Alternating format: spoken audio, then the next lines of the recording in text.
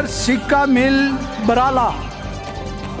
सभापति महोदय, आपका आभार कि आपने मुझे स्वास्थ्य, चिकित्सा और चिकित्सा शिक्षा की अनुदान मांगों पर मेरे विचार रखने का मौका दिया। पहला सुख निरोगी काया।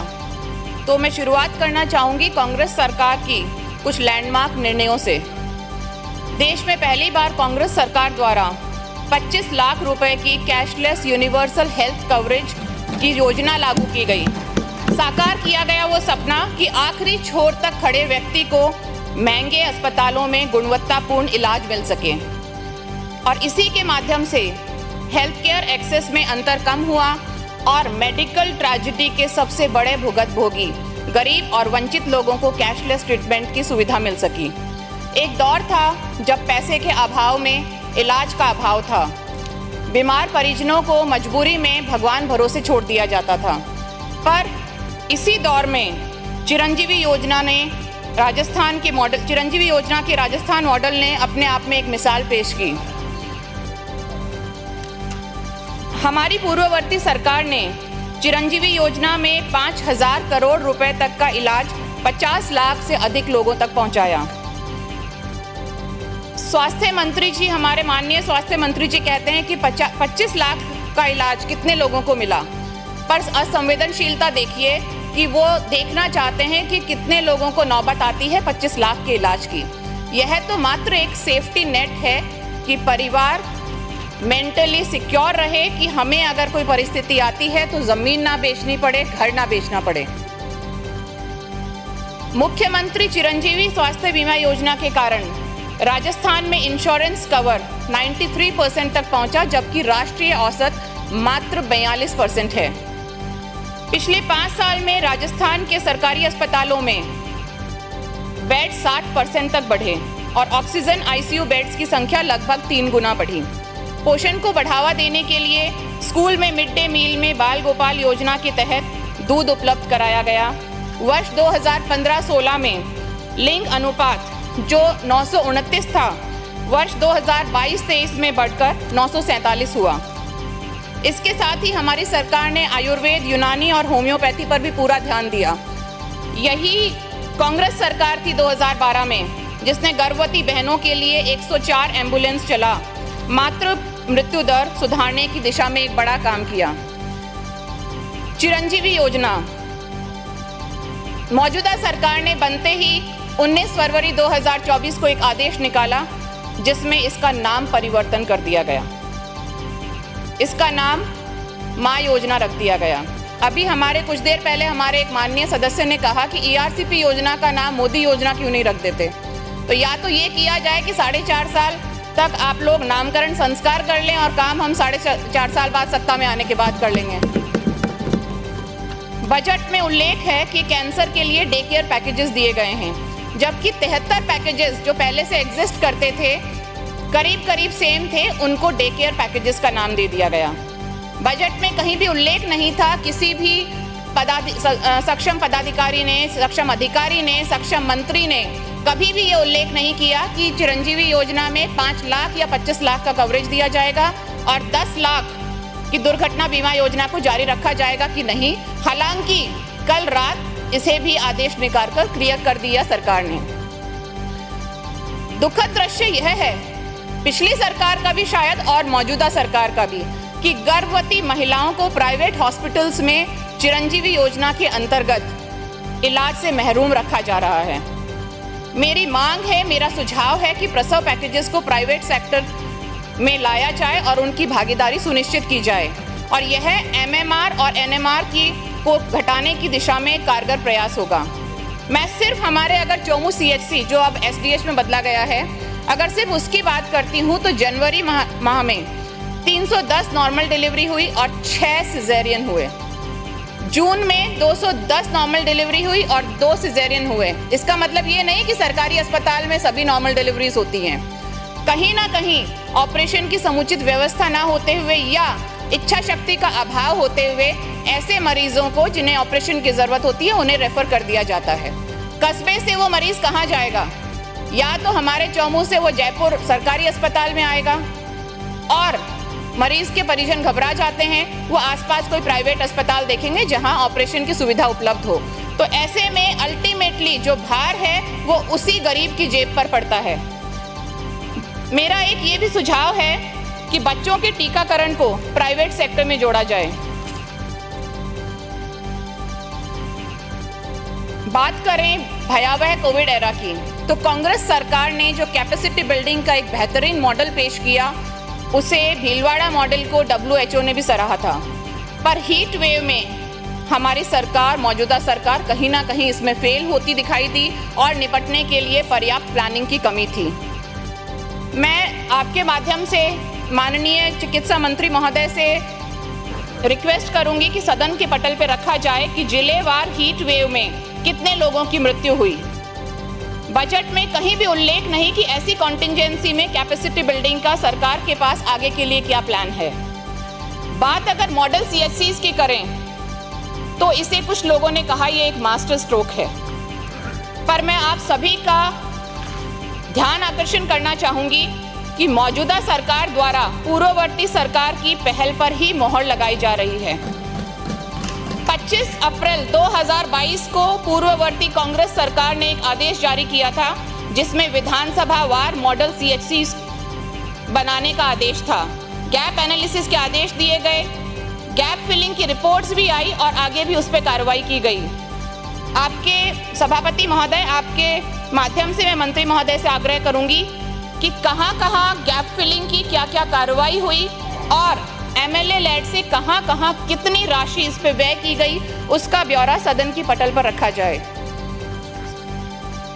मेडिकल एजुकेशन की अगर बात करते हैं तो राजमेश कॉलेजेस जो फैकल्टी के अभाव से जूझ रहे हैं, ऐसी स्थिति में एक्सपीरियंस्ड मेडिकल टीचर्स ना होते हुए क्या खाक हम कोई स्किल्ड डॉक्टर्स तैयार कर पाएंगे? छात्रों के भविष्य और जनता के स्वास्थ्य दोनों के साथ यहाँ खिलवाड़ किया जा रहा है। फैकल्टी इसलिए नहीं आना चाह रही क्योंकि उन्हें पे प्रोटेक्शन में कवर नहीं किया जा रहा।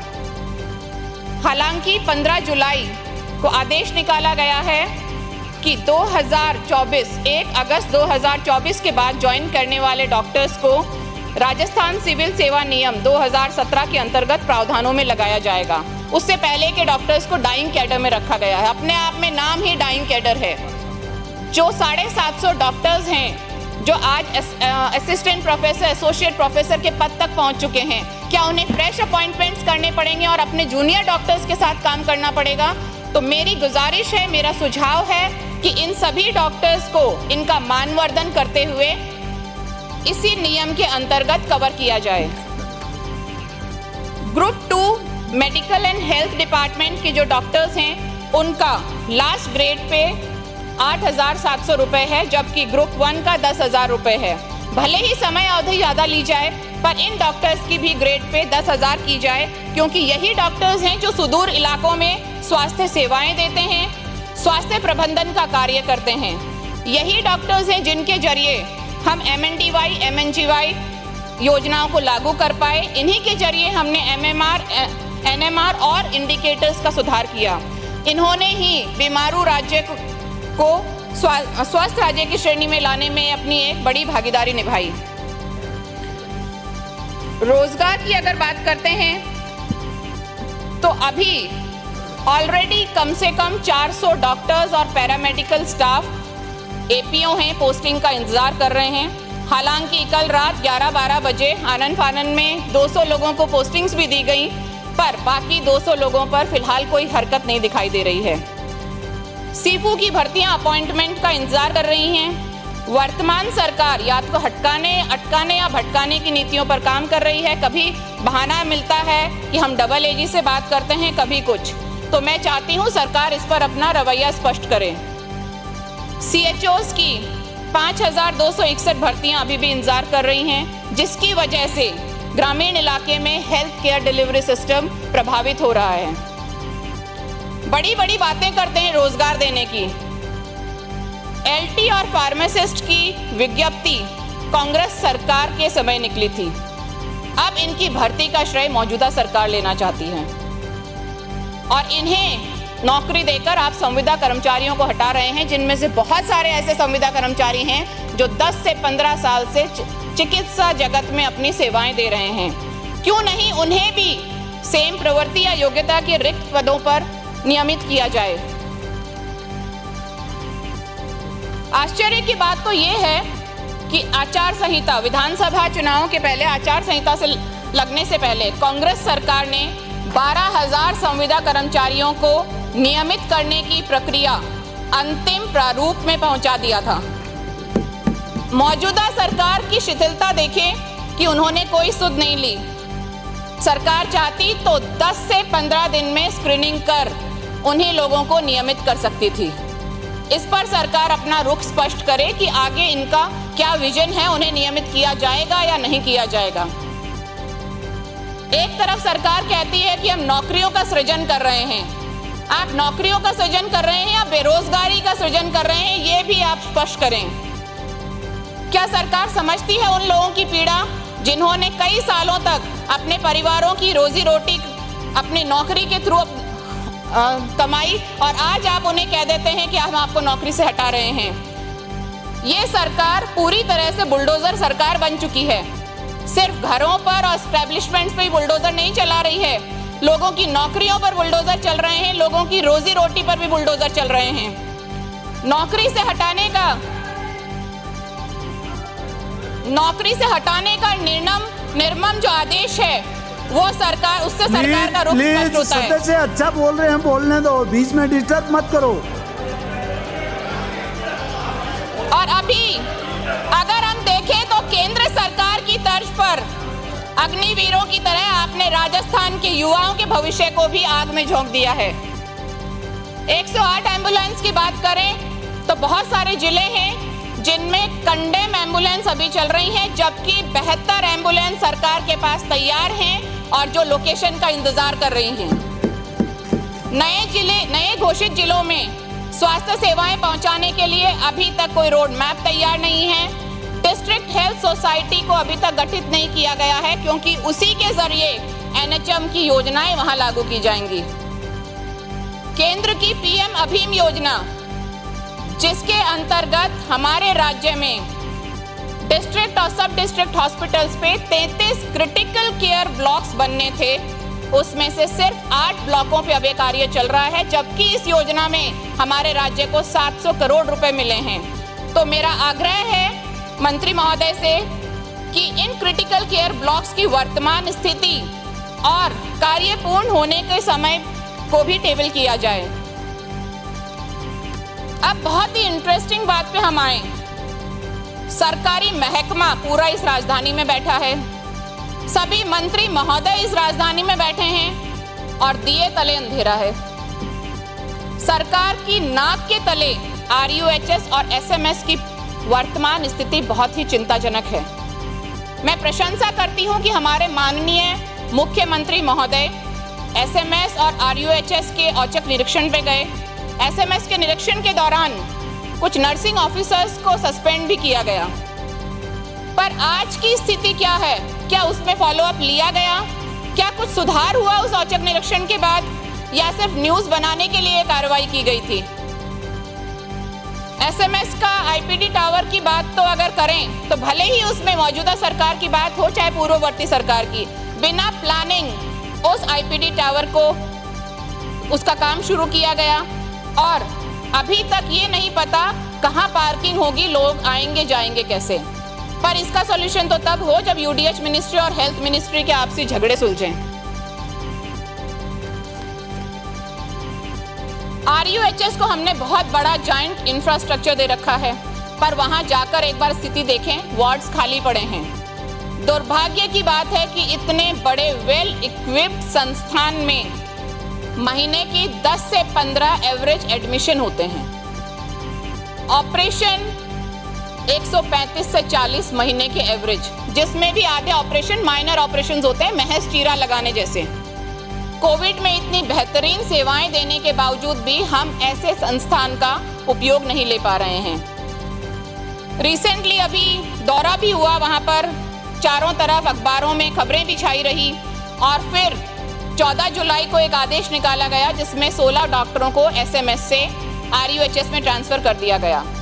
पर मेरा मानना है कि इन 16 ट्रांसफर से कोई भी कार्य में सुधार आने की संभावना नहीं है। अगर आपको कार्य में वहां पे सुधार लाना है तो आपको पूरी यूनिट्स वहां पे ट्रांसफर करनी पड़ेंगी। एक अकेला न्यूरोसर्जन जाकर वहां पे डिपार्टमेंट नहीं संभाल सकता। ये टीम वर्क है, इसलिए प्रॉपर फंक्शनिंग के लिए एक प्रॉपर प्लानिंग हो हमारी सरकार की। पिछले 8 महीने में सरकार ने 7 से 8 महीने में क्या क्या काम किए। राज्य की 8 करोड़ जनता ने जिन्हें सिरमौर बनाया, माननीय हमारे मुख्यमंत्री साहब और यहाँ के उच्चतम अधिकारी, वो सिर्फ औचक निरीक्षणों पे लगे हैं। कभी थाने में जाते हैं, कभी अस्पतालों में जाते हैं, कभी जेडीए में जाते हैं, पर जो उनका मुख्य काम है पॉलिसी मेकिंग, वो कहीं नहीं दिख रहा है। ना इन संस्थानों की औचक निरीक्षण के बाद कोई स्थिति सुधरी, ना वहां पे मूल कार्य किया जा रहा है। तो मुझे लगता है कि अब जनता ये समझ गई है कि ये पर्ची सरकार होने के साथ साथ ही एक प्रोजेक्शन सरकार भी है, जो मोदी जी के चरण कमलों पर चलकर सिर्फ मार्केटिंग पर ध्यान दे रही है, अपने ब्रांडिंग पे ध्यान दे रही है। बहुत छोटी छोटी बातें हैं। IHMS 2.0 सॉफ्टवेयर तैयार है, पर फिर भी प्राइवेट सॉफ्टवेयर को काम में लिया जा रहा है। तो मैं आपके माध्यम से माननीय मंत्री महोदय से आग्रह करूंगी कि सदन को बताया जाए कि इस सॉफ्टवेयर को अभी तक काम में क्यों नहीं लिया जा रहा। 15वीं फाइनेंस कमीशन केंद्र के द्वारा 2021-22 में हेल्थ डिपार्टमेंट को 152 करोड़ रुपए सैंक्शन हुए थे, जो आज तक फाइनेंस डिपार्टमेंट में अटके हुए हैं। ये पैसा CHC, PSC और बाकी निर्माण के काम में आता है। उसकी वजह से आज इनका काम प्रभावित हो रहा है। 21-22 के बाद 22-23 का पैसा हमारे राज्य को नहीं मिला, 23-24 का पैसा नहीं मिला, क्योंकि जब तक 21-22 का हम यूटिलाइजेशन सर्टिफिकेट आगे नहीं भेजेंगे, हमारा आगे का पैसा अटका रहेगा। पर सरकार को सुध लेने की कोई मंशा ही नहीं है। अगर हो सके तो इसका भी प्रेजेंट स्टेटस स्टेबल किया जाए। आज स्थिति यह है कि प्रदेश की सबसे महत्वपूर्ण और जिम्मेदार पद पर बैठकर मंच से ये कहा जा रहा है, हमारे माननीय मुख्यमंत्री जी द्वारा भी और बाकी हमारे यहाँ साथी सदस्यों द्वारा भी, कि कार्य राज्य में वही होंगे, विधानसभाओं में वही होंगे जो हमारा सांसद, हमारा विधायक चाहेगा, जो हमारा पूर्व सांसद, पूर्व विधायक चाहेगा, जो हमारा कार्यकर्ता चाहेगा। सार्वजनिक से ऐसी बात बहुत ही शर्मनाक है इस राजस्थान की जनता के लिए, जिन्होंने आपको इस बार सत्ता पक्ष में बिठाया है। एक सदस्य ने तो मंच से ये तक कहा कि भैया तुम्हारे मामा भांजे को मत लेकर आना जिन्होंने वोट नहीं दिया, काम उनका भी नहीं किया जाएगा। तो इससे ज्यादा मुझे लगता है दुर्भाग्यपूर्ण बात कोई हो नहीं सकती। आप संगठन को मजबूत करें, पर राजकीय कोष से नहीं। आप अपने खुद के पार्टी के कोष से उन्हें अपने संगठन को मजबूत करें। आप कार्यकर्ता की बात माने, पर क्या किसी के माथे पे लिखा है किसने किसको वोट दिया? हमें तो जहां तक पता है वोट देना एक संवैधानिक अधिकार है और वोट सीक्रेट होता है। इसलिए क्या मैं सरकार से पूछना चाहूंगी कि क्या आप लोग घर चिन्हित करेंगे कि किसे बिजली पहुंचे, किसी पानी पहुंचे, किसे योजनाओं का लाभ पहुंचे और किसे चिकित्सा पहुंचे? क्या जिसने बीजेपी को वोट दिया है सिर्फ वही आपकी जनता है? यहाँ 200 सदस्य जिन्हें जनता ने चुन के भेजा है, आज हम उन्हीं 2.5 लाख, 3.5 लाख, 4 लाख लोगों का प्रतिनिधित्व करते हैं, ना कि सिर्फ उन लोगों का जिन्होंने हमें वोट दिया और जो भी आपको कंफर्म नहीं इसने दिया या उसने दिया। तो मैं उम्मीद करती हूँ कि मौजूदा सरकार और हम सभी लोग हमारी जनता के लिए निष्पक्षता के साथ काम करेंगे। मेरे क्षेत्र की डिमांड्स मैं 2 मिनट में कहूँ। हमारे चौमू में PHC, CHC और तथाकथित अपग्रेडेड सब डिस्ट्रिक्ट हॉस्पिटल में डॉक्टरों और नर्सिंग कर्मियों के रिक्त पद हैं। वहाँ वर्कलोड इस कदर है कि एवरेज OPD वहाँ का 1 महीने का 29 से 30 हज़ार है। हमारे SDH को अभी तक जमीन भी अलॉटेड नहीं है। चौमू के जाटावाली PHC किराए के भवन में बेसमेंट में चल रही है, तो मेरी सरकार से मांग है कि उसके लिए भी नवीन भवन निर्माण के लिए कुछ बजट हमें दिया जाए।